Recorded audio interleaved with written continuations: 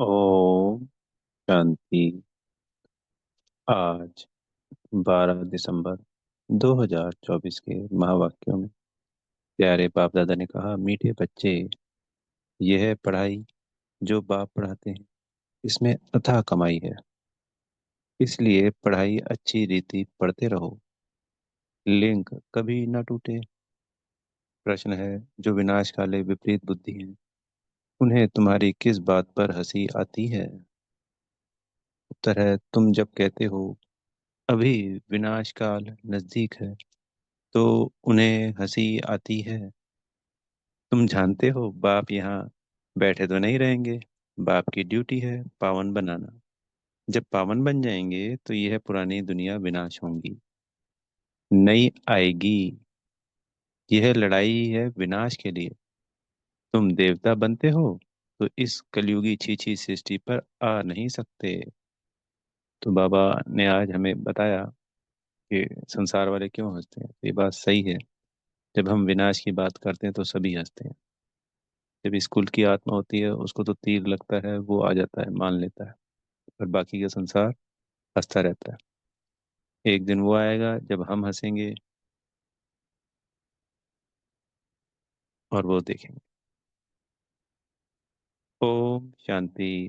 रूहानी बाप बैठ रूहानी बच्चों को समझाते हैं।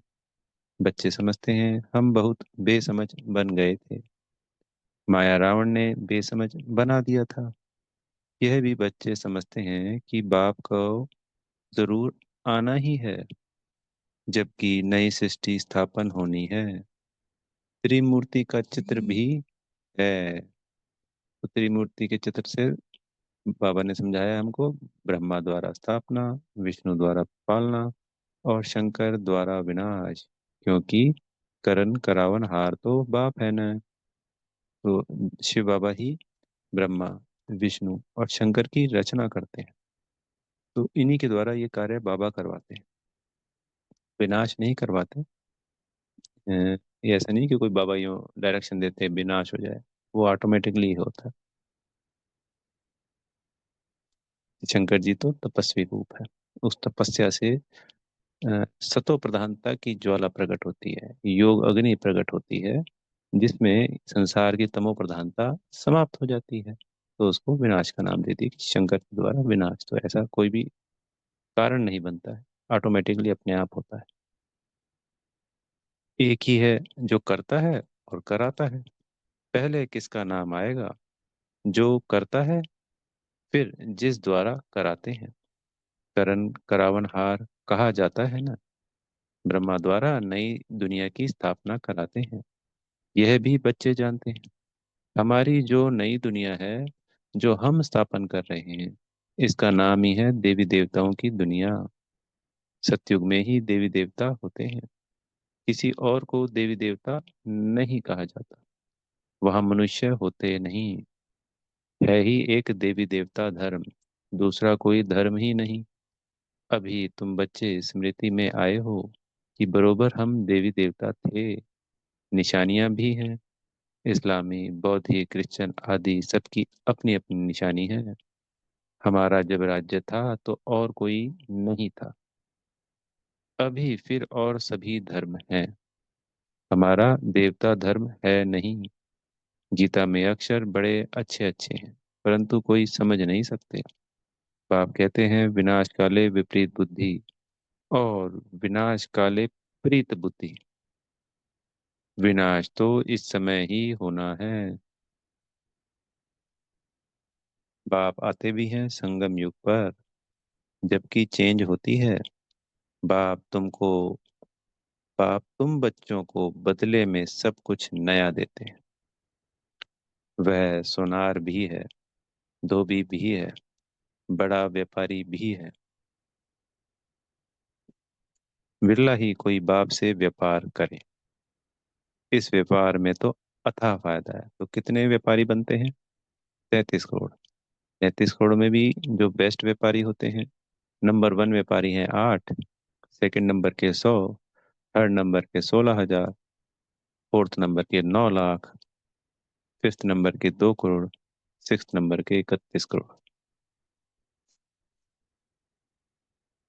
ऐसे होता है हर व्यापार में। कोई तो मार्केट में नंबर वन होता है जी, कोई सेकंड होता है, किसी की दुकानदारी बस चल रही होती है। ऐसे हो गया। सुनार है हमारी आत्मा की अलाएं निकाल देते हैं, गंदगी साफ कर देते हैं। 0 कैरेट से 24 कैरेट बना देते हैं अलाएं निकाल के। धोबी हैं हमारी सारी कमी कमजोरियां, ये जो आत्मा रूपी कपड़ा है, इसकी धुलाई करते हैं, जो 63 जन्मों से गंदा ही गंदा होता रहा होता रहा होता रहा। तो एक जन्म में धुलाई करके सफाई कर देते हैं, पूरा चमका देते हैं, नया बना देते हैं फिर से। इस व्यापार में तो अथाह फायदा है। पढ़ाई में फायदा बहुत होता है। महिमा भी की जाती है कि पढ़ाई कमाई है, वह भी जन्म जन्मांतर के लिए कमाई है। तो ऐसी पढ़ाई अच्छी रीति पढ़नी चाहिए ना। और पढ़ाता भी बहुत सहज हूँ। सिर्फ एक हफ्ता समझकर फिर भल कहाँ भी चले जाओ। तुम्हारे पास पढ़ाई आती रहेगी तो मुरलियाँ डाक के द्वारा पहुंचती रहेगी। उस वक्त तो यही व्यवस्था थी, पर आज तो हर क्षण हर वक्त मौजूद है। अर्थात मूल्य मिलती रहेगी, तो फिर कभी लिंक नहीं टूटेगी। यह है आत्माओं की परमात्मा के साथ लिंक। गीता में भी यह अक्षर है, विनाश काले विपरीत बुद्धि विनशंति। तो जो बाबा को नहीं पहचान पाते इस विनाश काल में, तो वो उनका क्या होता है, विनाश हो जाता है। और प्रीत बुद्धि, जो बाबा को पहचान कर उनसे प्रीत लगा लेते हैं, वो क्या हो जाते हैं, विजयंती। प्रीत बुद्धि विजयंती। तुम जानते हो इस समय मनुष्य एक दो को काटते मारते रहते हैं। इन जैसा क्रोध व विकार और कोई में होता नहीं। यह भी गायन है कि द्रौपदी ने पुकारा, बाप ने समझाया है, तुम सब द्रौपदियां हो। भगवानुवाच, बाप कहते हैं, बच्चे अब विकार में नहीं जाओ, मैं तुमको स्वर्ग में ले चलता हूँ। तुम सिर्फ मुझ बाप को याद करो। क्या शर्त है, ये पढ़ाई पढ़ना और बाबा को याद करना, पहुंच गए स्वर्ग में, है ना आसान। अब विनाश काल है ना, इसकी भी सुनते नहीं, लड़ते ही रहते हैं। कितना उनको कहते हैं शांत रहो, परंतु शांत रहते नहीं। अपने बच्चों आदि से बिछुड़कर लड़ाई के मैदान में जाते हैं। कितने मनुष्य मरते ही रहते हैं। मनुष्यों की कोई वैल्यू नहीं। अगर वैल्यू है, महिमा है, तो इन देवी देवताओं की। तो इस संसार में परमात्मा के बाद सबसे ज्यादा महिमा इन्हीं की है। चाहे कोई कितने ही बड़े महारथी क्यों ना हो, चाहे पॉलिटिशियंस हों, चाहे महात्मा हो, चाहे धर्म पिताएं हों, कोई भी।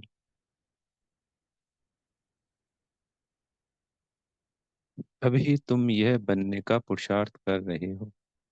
तुम्हारी महिमा वास्तव में इन देवताओं से भी जास्ती। तुमको अभी बाप पढ़ा रहे हैं। कितनी ऊंच पढ़ाई है। पढ़ने वाले बहुत जन्मों के अंत में बिल्कुल ही तमो प्रधान है। मैं तो सदैव सतो प्रधान ही हूँ। बाप कहते हैं, मैं तुम बच्चों का ओबीडिएंट सर्वेंट बनकर आया हूँ। विचार करो हम कितने छीछी बन गए हैं। बाप ही हमको वाह वाह बनाते हैं। भगवान बैठ मनुष्यों को पढ़ाकर कितना ऊंच बनाते हैं। बाप खुद कहते हैं, मैं बहुत जन्मों के अंत में तुम सबको तमो प्रधान से सतो प्रधान बनाने आया हूँ। अभी तुमको पढ़ा रहा हूँ। बाप कहते हैं, मैंने तुमको स्वर्गवासी बनाया, फिर तुम नरकवासी कैसे बने। किसने बनाया। गायन भी है, विनाश काले विपरीत बुद्धि विंशंति, प्रीत बुद्धि विजंती। फिर जितना जितना प्रीत बुद्धि रहेंगे, अर्थात बहुत याद करेंगे, उतना तुम्हारा ही फायदा है। लड़ाई का मैदान है ना। कोई भी यह नहीं जानते कि गीता में कौन सी युद्ध बताई है। उन्होंने तो फिर कौरवों और पांडवों की युद्ध दिखाई है। कौरव संप्रदाय, पांडव संप्रदाय भी है, तो युद्ध तो कोई की है नहीं।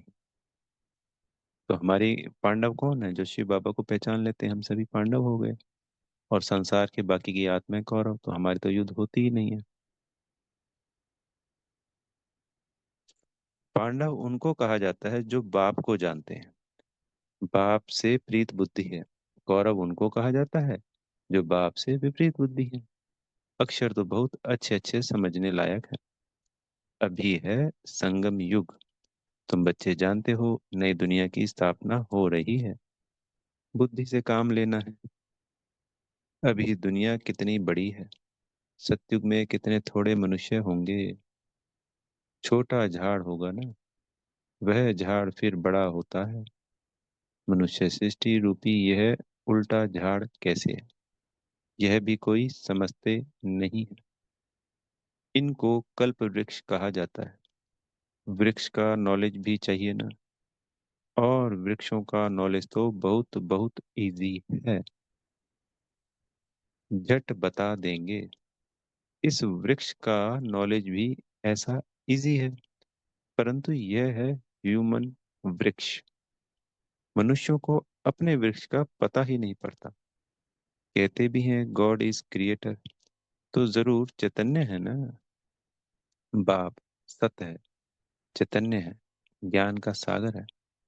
उनमें कौन सा ज्ञान है, यह भी कोई समझते नहीं है।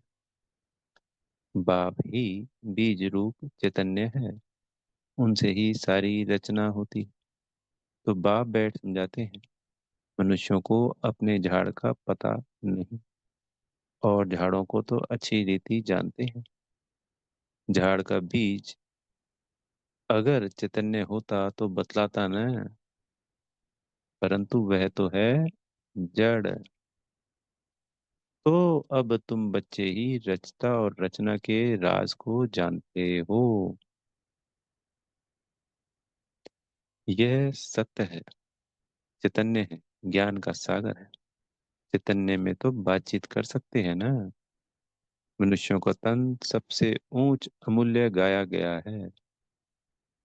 इनका मूल्य कथन नहीं कर सकते। बाप आकर आत्माओं को समझाते हैं तुम रूप भी हो, बसंत भी हो। ज्ञान है, रूप भी हो, बसंत भी हो तुम। और बाप है ज्ञान का सागर, उनसे तुमको रतन मिलते हैं।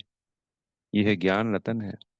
जिन रत्नों से वह रतन भी तुमको ढेर मिल जाएंगे। तो ये जो ज्ञान रतन है, इससे वो जो संसार के स्थूल रतन है, आने वाले भविष्य सतयुग में, वो भी हमें मिलेंगे मिलेंगे। उस स्कूल की पढ़ाई से भी आत्मा बड़ा होकर धन कमाती है, तो यहाँ पे भी स्थूल धन मिलेगा। लक्ष्मी नारायण के पास देखो कितने रतन हैं। हीरे जवाहरातों के महलों में रहते हैं। नाम ही है स्वर्ग, जिसके तुम मालिक बनने वाले हो। कोई गरीब को अचानक बड़ी लॉटरी मिलती है तो पागल हो जाते हैं ना। बाप भी कहते हैं तुमको विश्व की बादशाही मिलती है, तो माया कितना ओपोजिशन करती है। तुमको आगे चल पता पड़ेगा कि माया कितने अच्छे अच्छे बच्चों को भी हप कर लेती है, एकदम खा लेती है। तुमने सर्प को देखा है, मेंढक को कैसे पकड़ता है। जैसे गज को ग्राह हप कर लेते हैं, तो अजगर होता है ना, पूरा मनुष्य को ही कहते हैं हप कर लेता है, निगल लेता है। और मगरमच्छ भी हाथी को पकड़ लेता है, खींच लेता है। सर्प मेंढक को एकदम सारे के सारा हप कर लेता है। माया भी ऐसी है, बच्चों को जीते जी पकड़कर एकदम खत्म कर देती है, जो फिर कभी बाप का नाम भी नहीं लेते हैं। योग बल की ताकत तुम्हारे में बहुत कम है। सारा मदार योग बल पर है। जैसे सर्प मेंढक को हप करता है, तुम बच्चे भी सारी बादशाही को हप करते हो। तुम बच्चे भी सारी बादशाही को हप करते हो। सारे विश्व की बादशाही तुम सेकंड में ले लेंगे। बाप कितना सहज युक्ति बताते हैं। कोई हथियार आदि नहीं, बाप ज्ञान योग के अस्त्र शस्त्र देते हैं। उन्होंने फिर स्थूल हथियार दे दिए हैं। तुम बच्चे इस समय कहते हो हम क्या से क्या बन गए थे। जो चाहे सो कहो, हम ऐसे थे जरूर। भल थे तो मनुष्य ही, परंतु गुण और अवगुण तो होते हैं ना।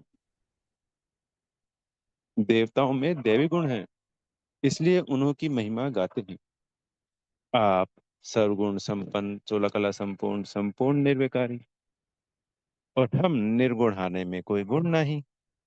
इस समय सारी दुनिया ही निर्गुण है, अर्थात एक भी देवताई गुण नहीं है। बाप जो गुण सिखलाने वाला है उनको ही नहीं जानते, इसलिए कहा जाता है विनाश काले विपरीत बुद्धि। जब विनाश तो होना ही है, संगम युग पर, जबकि पुरानी दुनिया विनाश होती है और नई दुनिया स्थापन होती है, तो हाथों हाथ बाबा इस वक्त स्थापना हो रही है। बच्चे की प्रारब्ध सबकी बन रही है, 33 करोड़ आत्माओं की प्रारब्ध बनेगी अंत तक। जब सब तैयार हो जाएंगे, बेसिकली तैयार तो 108 को ही होना होता है, उनके द्वारा फिर सारे होते हैं। ये भी कह सकते हैं भाई उसमें 16,000 भी तैयार हो जाते हैं और 33 करोड़ भी तैयार हो जाते हैं, जब तक अंत तक 108 तैयार होते हैं। तो जब वो पूरी तरीके से तैयार होते हैं, तो फिर जब विनाश के बाद हम ही आत्माओं से सत्युग की शुरुआत हो जाती है।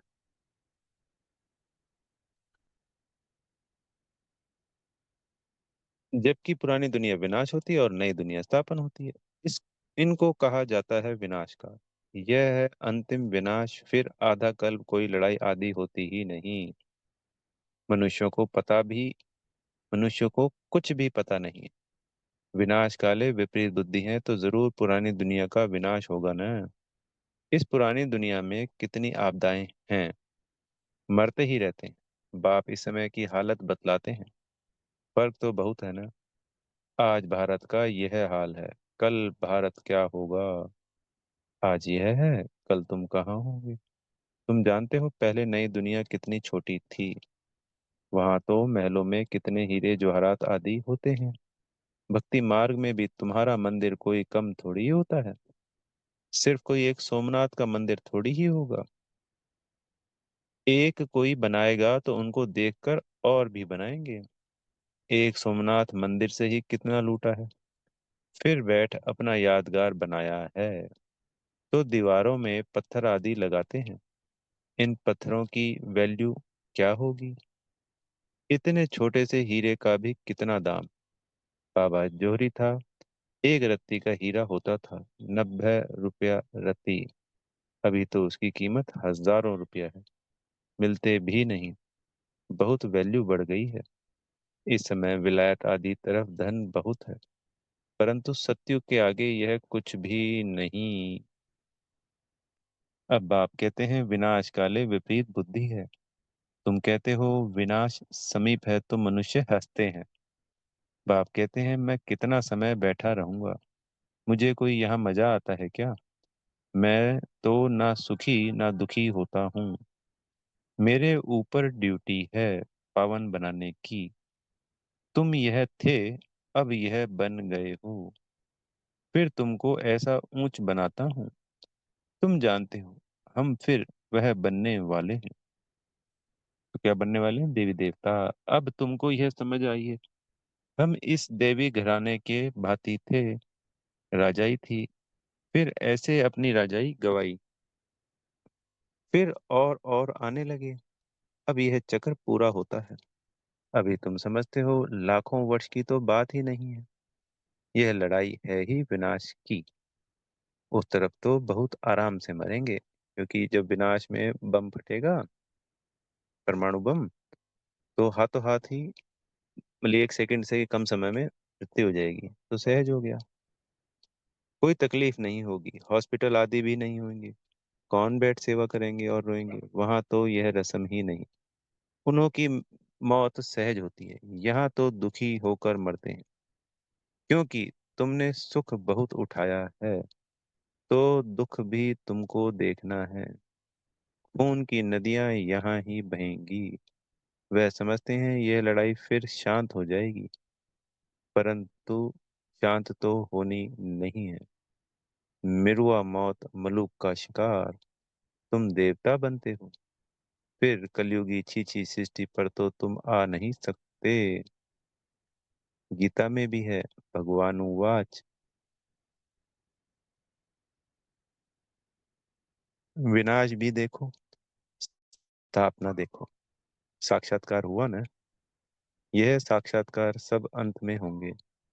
फलाने फलाने यह बनते हैं। फिर उस समय रोएंगे, बहुत पछताएंगे, सजा खाएंगे, नसीब कूटेंगे, लेकिन कर क्या सकेंगे। यह तो 21 जन्मों की लॉटरी है। स्मृति तो आती है ना। साक्षात्कार बिगर किसको सजा नहीं मिल सकती। तो जिन जिन को भी सजाएं मिलेंगी उनको साक्षात्कार होंगे, क्योंकि ऐसे तो वो कह देंगे कि हमने तो ऐसा किया ही नहीं। जब साक्षात्कार होगा तो मानना पड़ेगा। ट्रिब्यूनल बैठती है ना। तो ट्रिब्यूनल में बाबा होते हैं, और क्लियर नहीं पर 8 जो अष्टतन हैं वो भी होते हैं। इसके अलावा नहीं पता।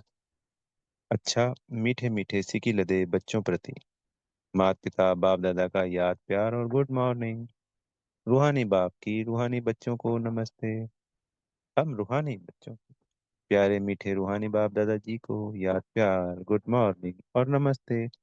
धारणा के लिए मुख्य सार में पहला पॉइंट, स्वयं में ज्ञान रतन धारण कर रूप बसंत बनना है।